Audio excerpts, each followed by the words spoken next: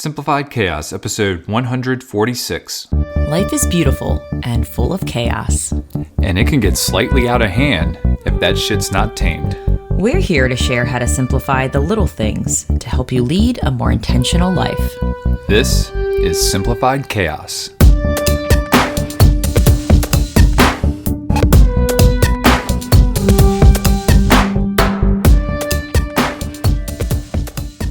Hey, everybody. Welcome to Simplify Chaos. This is Jillian, and I'm with my co-host and husband, Nicholas. What's going on, folks? We hope you all are having a wonderful week.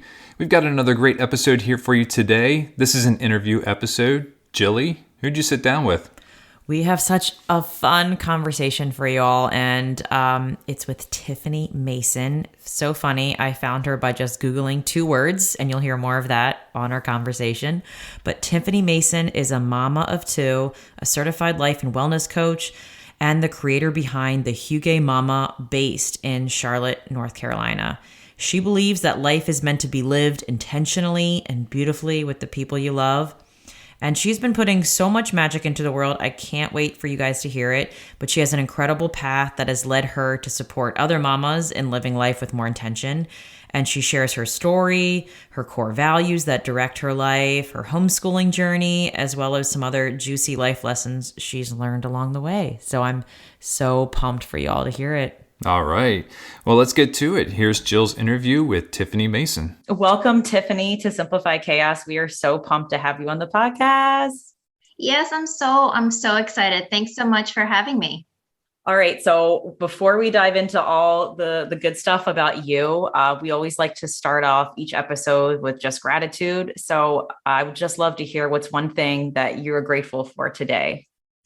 Yes, the biggest thing for me would be I just got back having a date night with my husband, John. Nice. And my mother-in-law took the boys up to the mountains this weekend. So we'll have the weekend together. So that's the biggest thing that I'm grateful for today.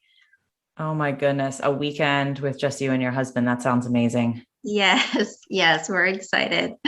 I'm definitely one of those people that hops on when someone's like, hey, do you want me to watch Lucille? I'm like, yes. I don't even think. I'm just immediately, yes. And what time? Let's do this. Yes. No hesitation. Just jump right on it.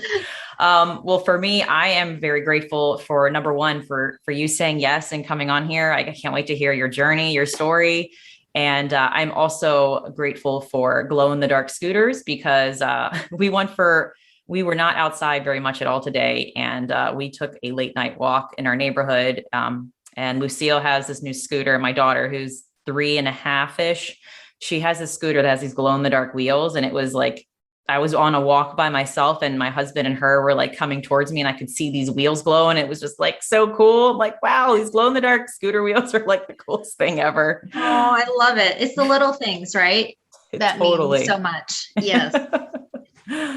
Oh, okay. So crazy, but I mean, a lot of people that I asked to be on my podcast, I find them in the Instagram world, which is so beautiful, way of connecting to just like-minded, open-minded individuals. And I was Googling Huge homeschool because I'm currently in that pathway of like figuring out education for my daughter. And we're definitely heading in that direction. And your blog popped up. And immediately I was like drawn to you, like everything on your website you had there. And then I found you on Instagram and I'm like, oh my God, like I need to talk to Tiffany. I want to find out more about her and all of the amazing things that you would put into the world. And I'm sure we'll get into that, but I would just love to hear your story of just how you got to where you are today. I know that from just Googling you have things out there for homeschooling. You have things for like life vision courses for moms and coaching services. And you had just so many resources that I am always intrigued by. And you're just seem like a beacon of light, like the quotes you put on your website, your posts. And I was just like, I want to learn all about your story as detailed as you want, just starting wherever you feel comfortable and just sharing like your journey on how you got to where you are today. Yeah, and thank you so much for sharing that, Jillian. I think as far as moms, we're juggling so much. We wear so many different hats. And when it comes to living an intentional life, like it takes a lot of mindfulness. And so for me and my story, I was born in the Philippines and I came here to the States when I was 3. I grew up in New York. And for most of my life, I was a competitive figure skater and ballroom dancer. And that's how I met my husband, through ballroom dancing in New York City. And about when I was 22 years old, I was just trying to figure out what I wanted to do with my career, how I wanted to spend my time. And that's when I hired a life coach. And after working with her, I realized it's like, I can't believe you get paid to be a life coach and to work with people and to be part of changing their lives. And so that's when I decided to become certified as a certified life and wellness coach. And I opened up my business in 2013. And fast forward a couple of years later, I got married and I had my first son in 2015. And once I became a mom, I realized just how important it is to continue to live with intention and to continue to nourish yourself with your self-care. And that's really when my business pivoted to supporting moms in designing an intentional life. And so fast forward today, we're in 2022, and I have my blog, thehugamama.com, and a few other fun projects. And the message really is, at the end of the day, it's being able to design an intentional life with the people you love, with your children, with your family.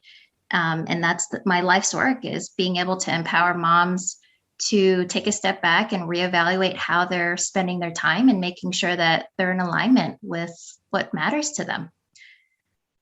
Oh my gosh, I love ballroom dancing. That's quite fascinating.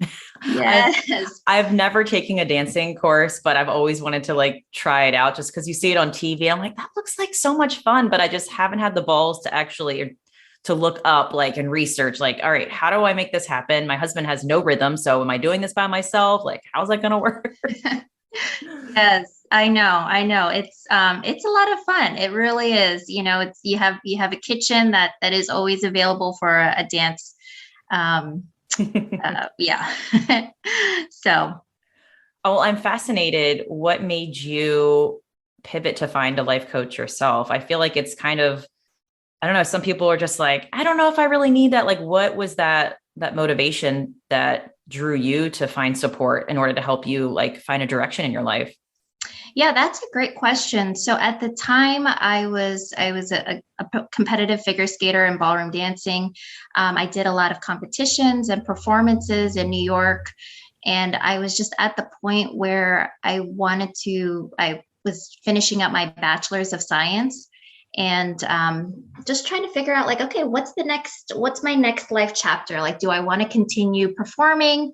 Do I want to continue competing, or do I want to do something else with my life? And so I decided to graduate in human development and psychology, and I heard about a life coaching. So I hired one, and she changed just my perspective and my view on life. And through working with her, I realized that I really wanted to be of service to others, specifically to women. So that really was the turning point for me, as far as changing the course of my life, is through working with her. Mm. Now, on this journey, I love the intentionality that you put out there, just about, planning your life so someone else doesn't plan it. You have that great quote from Jim Rohn that I saw on your website. I jotted down like a little nerd, some of the things that I saw in there, that just, because quotes to me are just so magical, the way how just words can have so much power. And what are the values that you've learned, as your family? What are values that help you live a more intentional life as you process all the stages of motherhood and just life itself? Yes, that's a great question. So as far as my current core values, it's taken me just many years to really figure out, at the end of the day, what really matters for me and my 2 boys and my husband. I would say the first core value that I really believe in is just being able to love what you do. No matter what life chapter you're in, no matter what career you're in, like no matter how hard motherhood is for you, like being able to, it's a choice. It's a choice to be happy. And that would be the first core value of mine that I really, really believe in, is just loving what you do. The second one would be to lead with gratitude. So at the end of the day, it's being able to have just a grateful heart. And as you asked me earlier in our interview, it's just what am I grateful for? And so at the end of the day, it's something that I ask my boys, like, what are you grateful for today? Like, what was the best thing that happened today? And so that would be the second core value, is lead with a grateful heart. And then the third core value would be time is your most valuable asset. And so how you're spending your time reflects a lot about what you value and what your beliefs are. And so being very intentional with how you spend your time and making sure it's in alignment with what matters to you. Oh, I love those so much. And I know you mentioned, like, it's fascinating to hear how you incorporate your values with, just raising children. So I would love to hear more about, like, how old your kids are, and if you're still homeschooling, like how you got into the homeschooling route, because that's kind of how initially I found you. And I'm so fascinated to see how people end up on that path and how they're webbing their way through it and how long they do it for. Cause I know it's like ebbing and flowing with what life hands you. So I would love to hear that journey with just becoming a mom, and then the decision to homeschool, and what's that looking like for you now?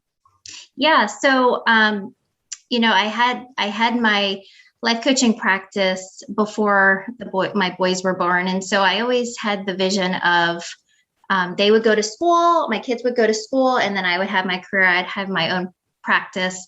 But then when I became a mom and COVID happened, and they were both in school at the time. David, who's now 6, he was in a Waldorf school. And then Liam, who's 4 now, he was in a Montessori school.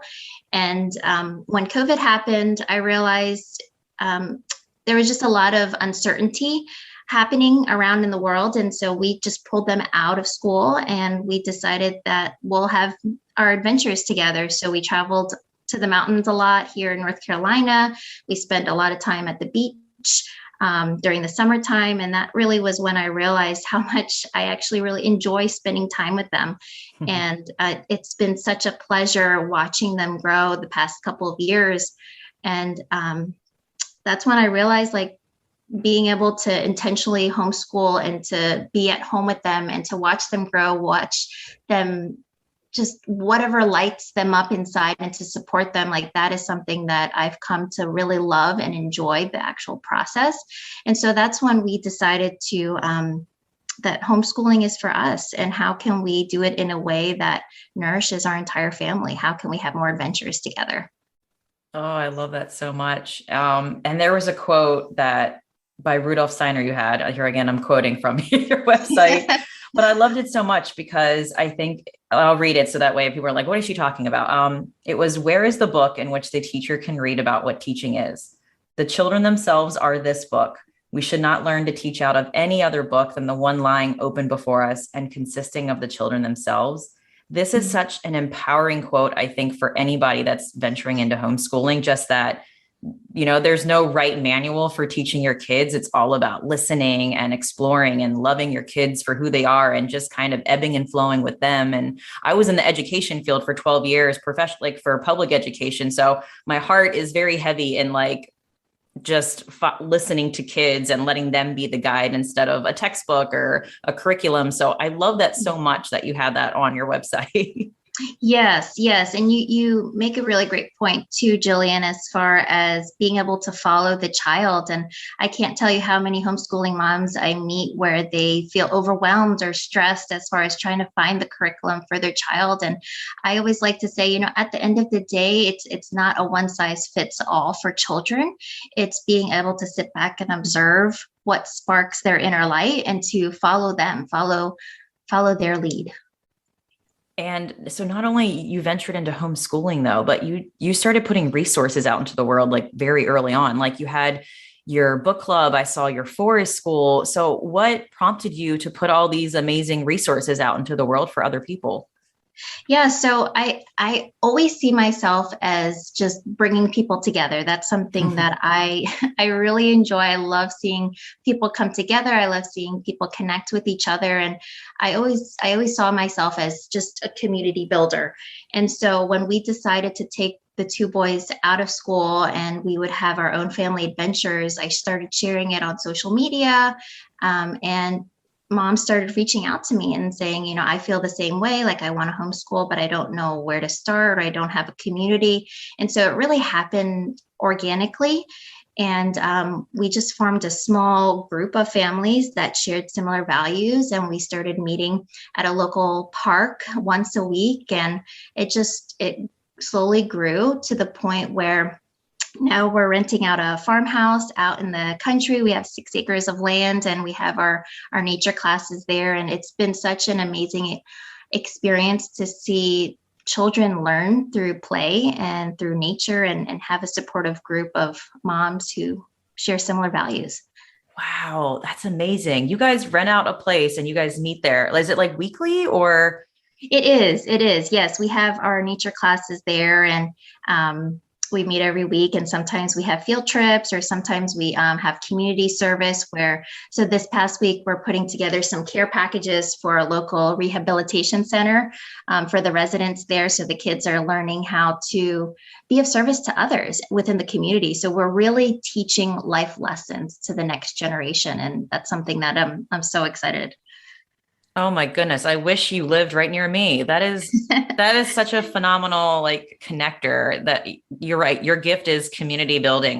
That is amazing that just you putting that into the world has just started that small step in just bringing people together. And probably moms are like, I know I would be just, not only the kids get to connect with other kids, but just like you said in the beginning, when we first connected, like having another mom who's open-minded and has similar values that you can just be in the presence with and share and have conversation. It's just so cup filling for me, at least. Yes. More than ever before, we all need community, not just for ourselves, but for our children as well. Wow. Well, that's amazing, Tiffany. Well, I know the past year has been, well, let's say a year and a half. It's just been very challenging to say the least. What has been like one of your biggest challenges this year after like reflecting? Yes. I would say the biggest challenge that I've had to experience this past year was just continuing to be the light in the world, and continuing to share my life's work despite what others say, despite the comments that people like to say. And so I had a situation this past year where there's just a lot of negativity in my life, and people saying hurtful things to me. And so I would say that's the biggest challenge that I had to overcome this past year, was to continue to be the lighthouse, continue to be of service to my clients, to my community, despite the negativity, to continue to share my life's work. That would probably be the biggest life lesson that I've learned this past year. I feel like anyone who's going to listen to this is going to be head nodding, because I feel like everyone goes through some version of that. And it's so hard not to compare and not to let them other voices, deter you in a different direction that is not true to you. But like, so what are you doing that helps you prime your mind to like keep going, to fill it with, positive influence? Like, do you have any like routines or specific rituals that really help you stay aligned to who you are and to keep going? Yes. So that has really helped me when things come up, challenges come up in my life. And so on my blog, thehugamama.com, I talk a lot about sacred morning rituals. So especially for moms, this is something that I firmly believe in, is being able to carve out intentional time in the mornings to center yourself. So for me, call me crazy, but I wake up early in the mornings and I hit the gym around 4 a.m. To work out for about like an hour or so. And so that like every single day, Monday through Saturday, and then I take Sunday off. But waking up early in the mornings and working out and lifting weights, that has really helped just prime my mind, my body, my soul, and helping me just stay grounded for the rest of the day. So that would be my biggest ritual, is just first thing in the morning, hitting the gym. And then I come back, I journal, and I like to meditate and just focus on the gratitude that I have in my life. Wow. 4 a.m. 4 a.m. I know. Crazy. I think it's all the ice skating, when I was younger. It's just like, that's just me. I'm programmed, wake up early. No. And it's funny, for 12 years, I would wake up at 4:45 and it was like robotic. Like that was the routine, because I had an hour commute to teach and I was in an early school. And ever since we moved to Virginia, and now I'm not teaching anymore, and my routine lately has been rising at like 7:30, 8. I'm just like, who am I? Like, I don't know what happened. And I do miss the routine of getting up early, but it's like right now, this season of life is just, I'm waking up with Lucille. Like she's crawling into bed with us, in the middle of the night, and it is what it is. So yes, enjoy the season of life. Enjoy the snuggles. Wow. That's amazing. 4 a.m. That is dedication. Oh, I love it. No, that's great. And I know you talked about your date night, and me and Nick are like big proponents, like support is everything. Like ask for help, seek help, say yes to help. So I would love to hear, like, what is your support system behind the scenes to like help you thrive, help you and your husband thrive, and just all that goodness. Yeah, the biggest thing that comes up for me is just my husband. Definitely, he's been very supportive throughout this whole life journey. And as I continue to share my life's work with the world, to just have him be my main support system. And I would say the second area would be my family. My mother-in-law has been very supportive with the boys and taking them to the mountains, and my parents, and my homeschooling community as well. The moms that are part of our Poplar, they've just been super supportive, and they inspire me every single day to continue to share my life's work. So I guess in this season of life, what are you savoring the most right now? I know my season of life is totally different than yours, but I would love to hear what you're enjoying. Yeah, the biggest thing that comes up for me, Jillian, is being able to be at home with the boys. This time will only be happening for so long until they grow up, until they're 18 and they spread their own wings and go into the world. And so being able to savor this season of life and homeschooling them, and being able to have as many adventures as we can together, has really been has been my focal point. And I know when we had reached out, you shared that your daughter really loves ponies. And so just being able to have plenty of adventures and memories where we can look back on those memories and to really cherish them in the present moment.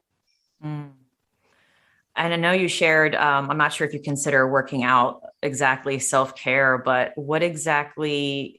how do you find time in the day, and what does that look like for you? I know for me, I'm one of those people that I definitely need time to myself to get energy. And there are some people who get energy from being around other people, and I'm fascinated by that because it's the complete opposite of me.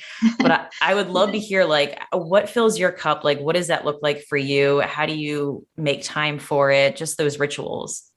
Yes. And I'm the same with you, Jillian, where I need that quiet time. I need that time to myself, especially with having two boys who are 6 and 4. They love just boys being wild and free. And so being able to have that intentional time for me, it's been they still take naps, which is awesome. I'm holding on to that for as long as I can. Gosh, I'm so jealous. So, yes, nap time has been like my biggest thing. So in the afternoons, like we have this whole rhythm throughout the day. And so after lunch, we just take take quiet time, and they usually sleep for about 2 hours. And so that's usually my time where if it's nice and sunny outside, I like to bring a book and make a cup of coffee and just sit outside. Or, blogging too has really been therapeutic for me, where I just share my life lessons on the Hygge Mama blog. And that really has been another form of self-care that has really helped me to just continue to stay grounded and focused on gratitude.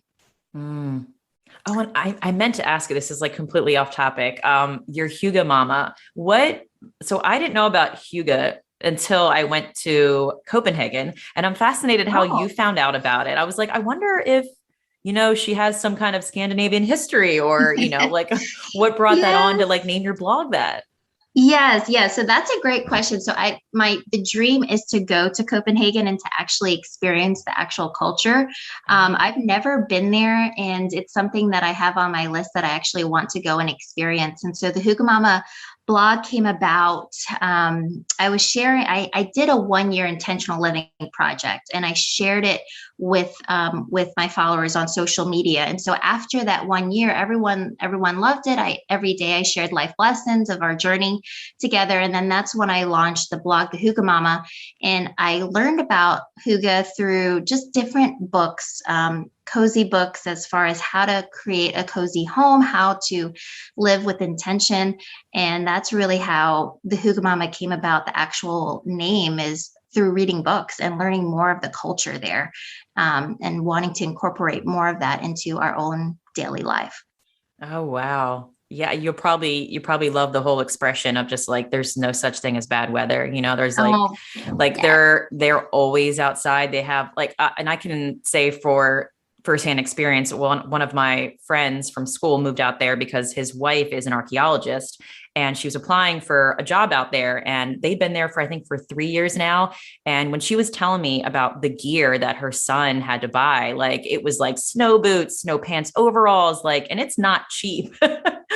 She was saying like all the outdoor gear, like they have to bring to school. And I was like, that is so amazing that they're just like out there, I guess unless there's like crazy hailstorms or whatever, but I find that fascinating how like the children just adapt to the weather, and, there's no such thing as bad weather, it's just bad gear, right? Yes, definitely. It's funny that you say that, Jillian, too, because we came back from the mountains up in Brevard, North Carolina, and it was snowing. It was snowing a lot. And so the boys had like 4 layers on, they had their boots on, they had their gloves, and we all had a blast. And so, yeah, the biggest thing is just making sure those toes and those fingers are nice and warm for the little ones. But it's a lot of fun.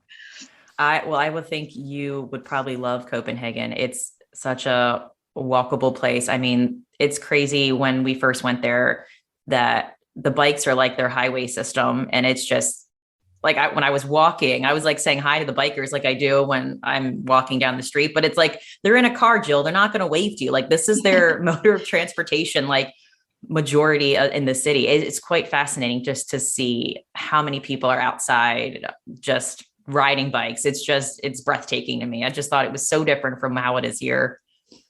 Yeah, that's awesome. How's the food over there?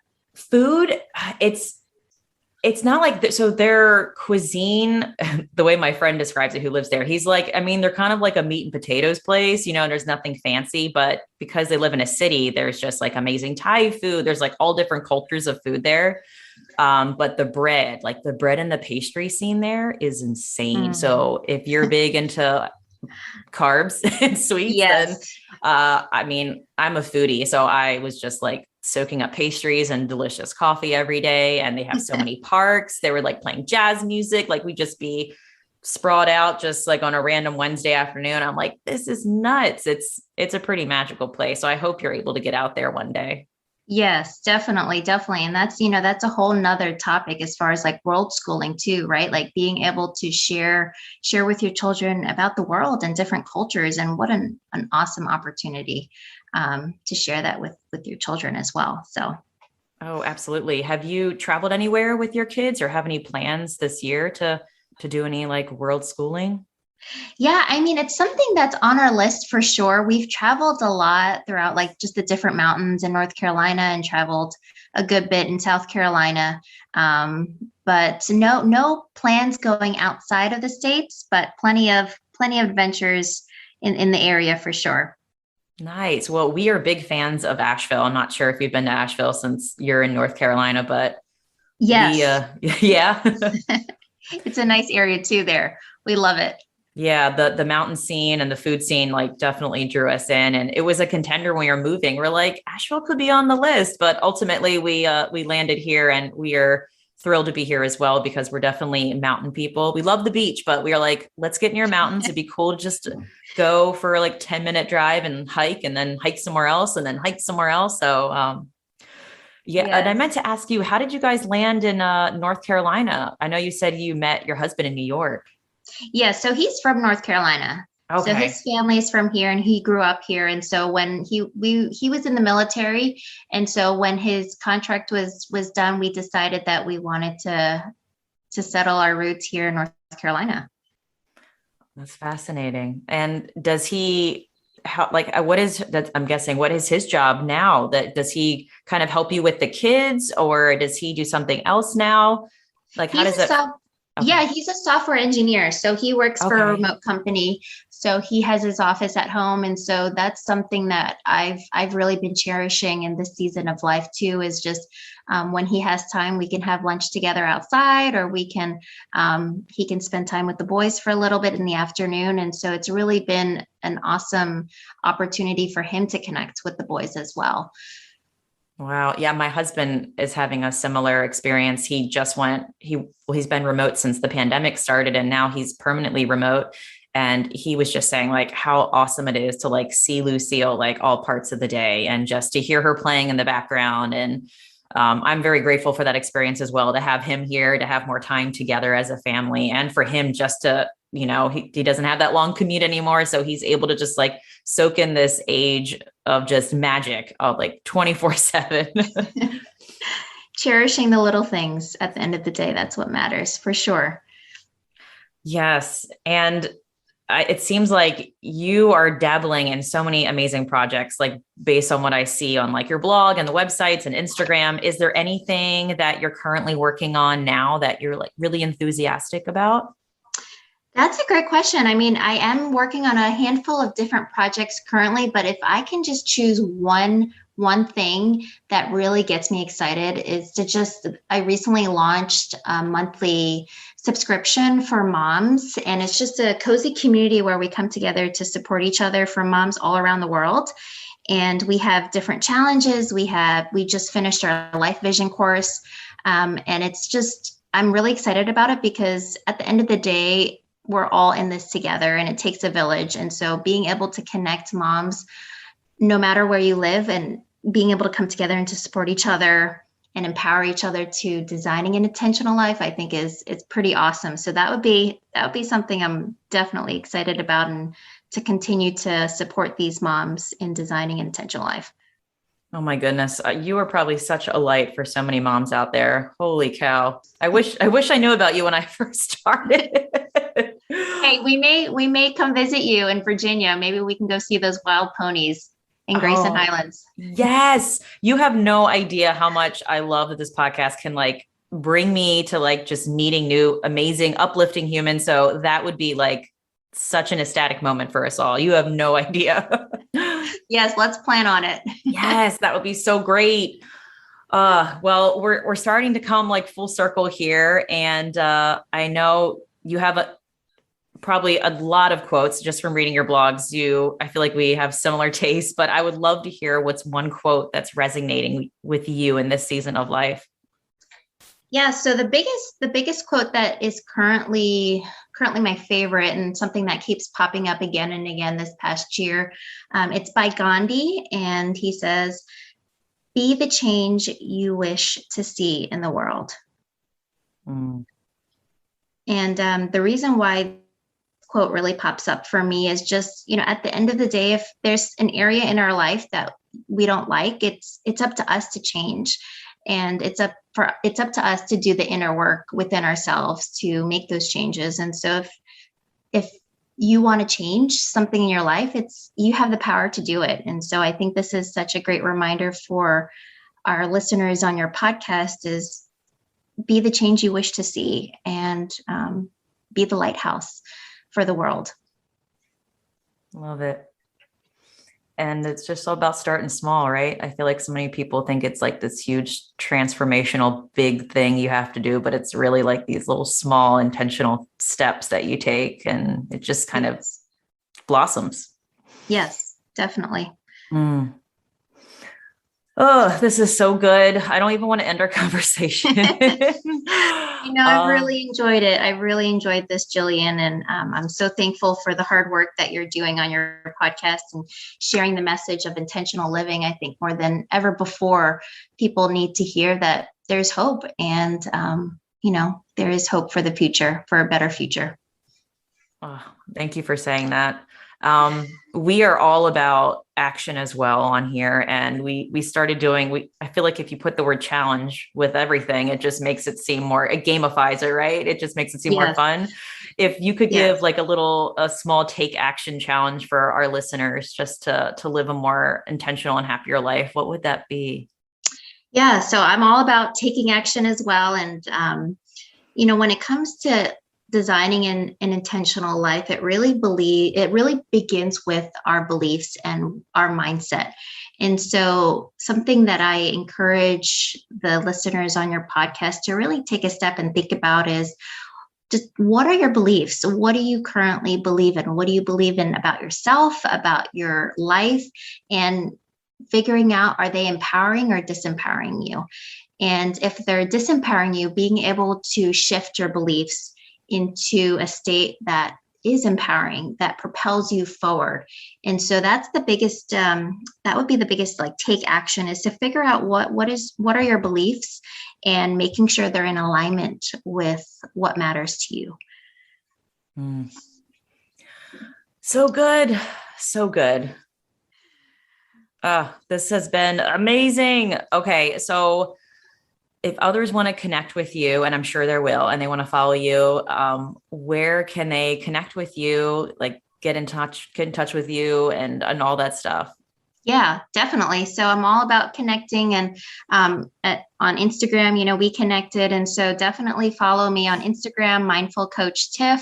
I'd love to stay connected, and check out thehugamama.com, where I share weekly blog posts all about intentional living for moms. And my email, Tiffany@tiffanymason.com. It's always nice to connect with like-minded people. So definitely those are some ways we can stay connected. Awesome. Well, Tiffany, it has been a pleasure having you on here. Thank you so much for saying yes and for this beautiful conversation.